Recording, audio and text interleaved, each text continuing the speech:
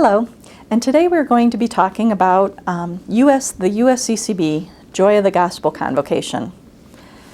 In July of 2016, a 10-person team from the Diocese of Cleveland attended the USCCB Joy of the Gospel Convocation for lay leaders in Orlando, Florida. It was convened by the United States Conference of Catholic Bishops. The convocation spirit was amazing. Catholic News Service reported in attendance 155 prelates, 300 priests, and 3,500 delegates. The content and commentary from the convocation was continually televised, photographed, printed, and on social media under the hashtag #CatholicConvo, so that many more throughout the country could share the experience. The convocation's components included time for prayer, Mass, confession, petition, adoration, keynotes, panel discussions, breakouts, and shared meals. The overall spirit of the convocation was best described by one attendee. It was like going on retreat with the whole country. But why does it matter? The planning of this convocation was 5 years in the making by the United States Conference of Catholic Bishops. The last time such a session was convened was in 1917, when the bishops gathered to consider the ramifications on the Church from World War I. It had been almost 100 years. But this convocation was different. It was strategically designed to engage in conversations with the Church in the United States, clergy, religious, and lay leaders through the lens of Pope Francis's recent apostolic exhortation, the joy of the gospel. It was clear from the very beginning of the convocation the bishops' acknowledgement of the polarization of the Church. They called it from respect life to social justice, and wanted specifically to unite Catholics in and through Christ. Dr. Hosman Ospino's comment during his keynote rang true to many. The gospel is not an ideology to be co-opted. The goal of this convocation was to gather us together, to unite us Catholics in love, in faith, and in mercy, and in joy, to form missionary disciples who will animate the Church and engage the culture.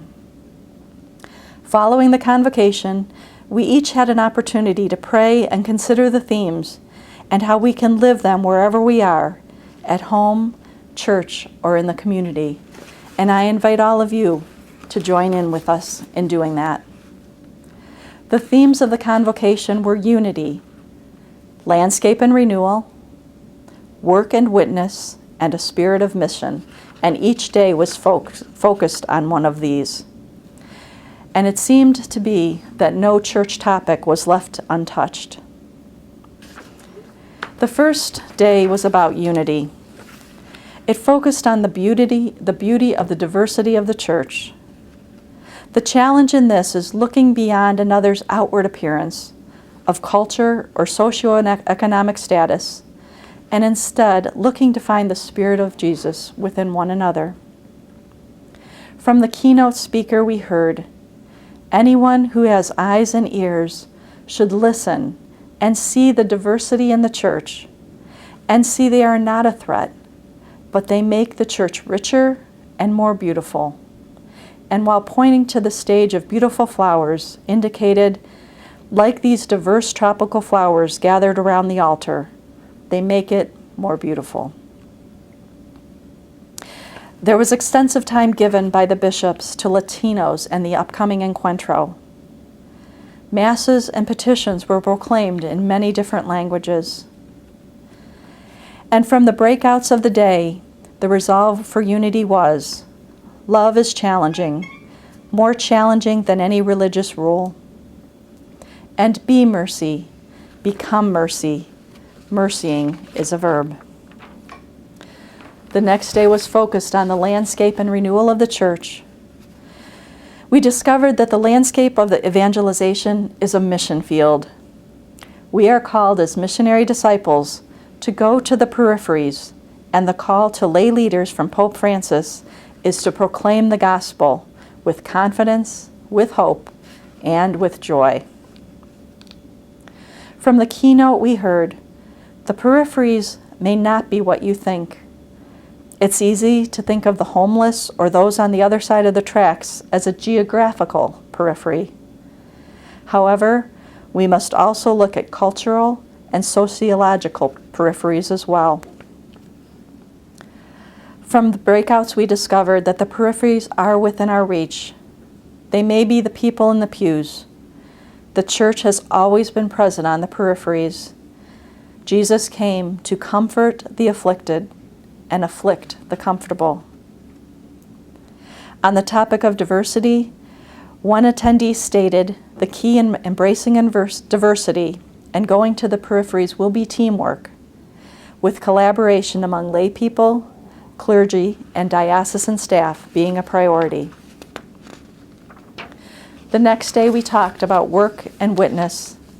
The focus was discipleship, witnessing both in our words and our actions, our work and our witness. We learned from the Keynote that there are 5 qualities of an evangelizing disciple. Number 1, it takes boldness and courage, like St. Peter and Paul, to go out and speak the gospel message. Number 2, we are all connected as children of God. As we encounter others, remember, each is a child of God. Number 3, go out with a sense of urgency.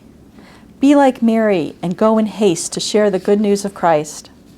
Or from the words of Pope Francis, encounter and engage people now. And number 4, use compassion and mercy. From Pope Francis saying, extend the merciful hand of God because you've been embraced by the mercy and love of God.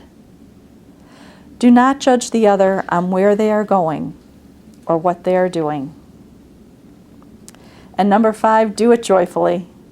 The joy of the gospel fills the hearts of all who encounter Jesus.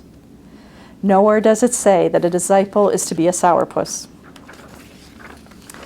And the last day was a spirit of mission. We were told that mission should be a permanent mindset. Bishop Robert Barron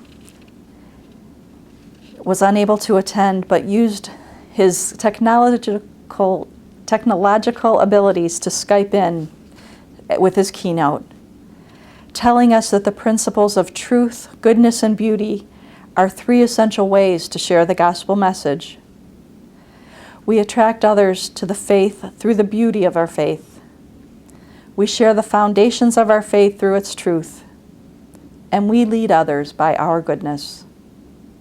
The goodness of Christians and the compassion of the early Christians is what got attention of the world. Show people the beauty of Catholicism. Don't tell them how to think or how to behave. And his final comment on the topic was that he hates dumbed-down Catholicism. We are a smart religion, and when we don't express intelligent Catholicism, people will fall away. Throughout it all, the joy of the gospel was present. Pope Francis seemed like he was right in the room with us, teaching us how to be living as missionary disciples on a daily basis.